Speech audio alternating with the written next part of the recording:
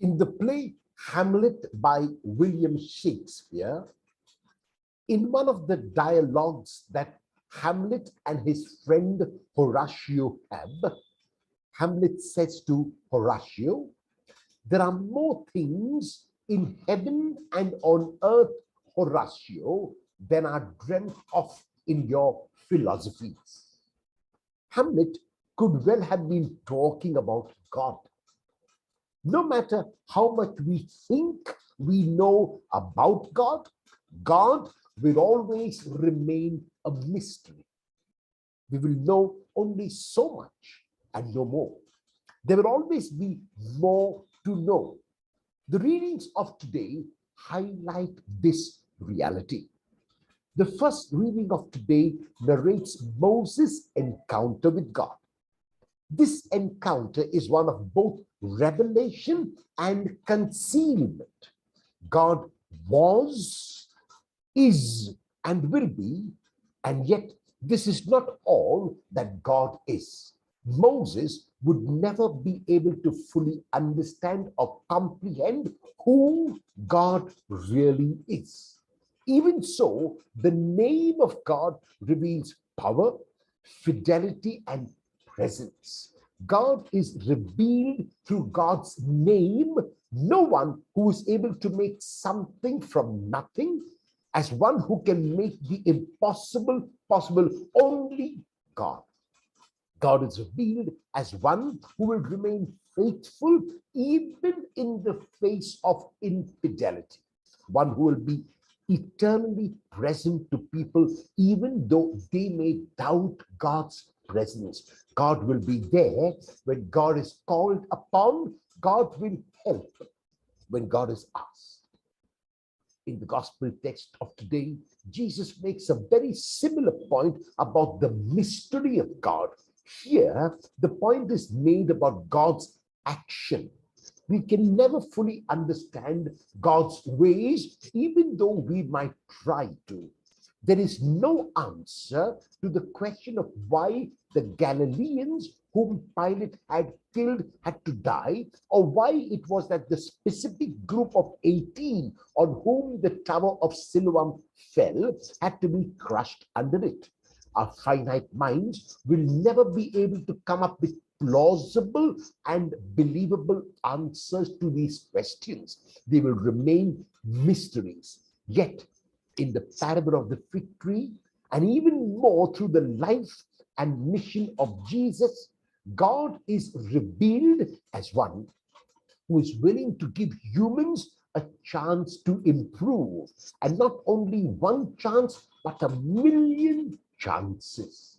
God is revealed as one who will continue to wait for humans to return to God. Since this is so, rather than speculate on the question why, Jesus invites people to repentance. But what is the meaning of repentance? The English word repentance is a translation from the Greek metanoia, which in turn is made up of two Greek words, meta and nous.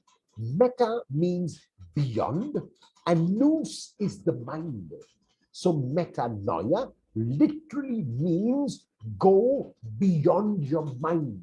In other words, get a new mind, get a new vision, get a new way of looking. Repentance does not have anything to do with sorrow or remorse, but it has everything to do with newness. It is practical rather than speculative.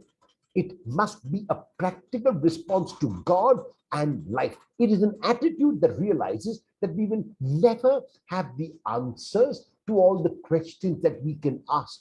We will never be able to answer credibly why one person is stricken with a dreaded disease and another is healthy.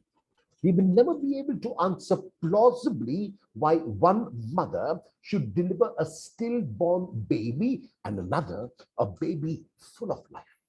We will never be able to answer believably why a young person dies in an accident because of the negligence of someone else, and why another in the same vehicle survives. In the face of these conundrums, like, what must be our response? Our response must be to do what we are required to do our best, and then to leave the rest to God and God's will. This does not mean that we develop a fatalistic attitude. It does not mean that we do nothing but accept our fate. No, on the contrary, we do not throw up our hands in despair. We do not give up. We do not lose hope, but we respond with faith and trust in a God who will always do what is best for us. Paul speaks of this response in the second reading of today when he interprets the Exodus event. At the time it happened, the people who went through it were not able to comprehend it. And unfortunately, because they could not comprehend it, they reacted rather than responded. They complained, they grumbled, they thought that God was not on their side. They thought that God was unconcerned about them and their plight. Yet, as has been shown, God was on their side, even when they could not feel God's presence as tangibly or as really as they would have liked. God continued to go ahead of them, lighting their path and guiding their way. God was always present, because the name of God is not I was, not even I will be, but the name of God is I am.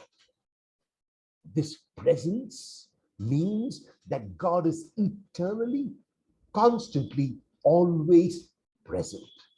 The challenge for the Corinthian community, according to Paul, and to each one of us today, is to learn from the Exodus event that God does not abandon anyone. Even in the face of severest trials, even in the face of hardest hardships, even in the face of the sternest challenges, God is there and God does provide a way. This remains the challenge for us today, very especially when we have gone through a tremendous last 2 years of challenges. Though science and technology had made so much progress, we were laid low, we were struck down by a dead virus. Though we have found tough answers to many, many questions, we must remember, and I hope COVID-19 has taught us, that there is a great deal that we do not yet know. There are indeed more things in heaven and on earth than are dreamt of in our philosophies. Will we realize that God is God, and that God will remain God, and that we will always remain finite, frail, weak human beings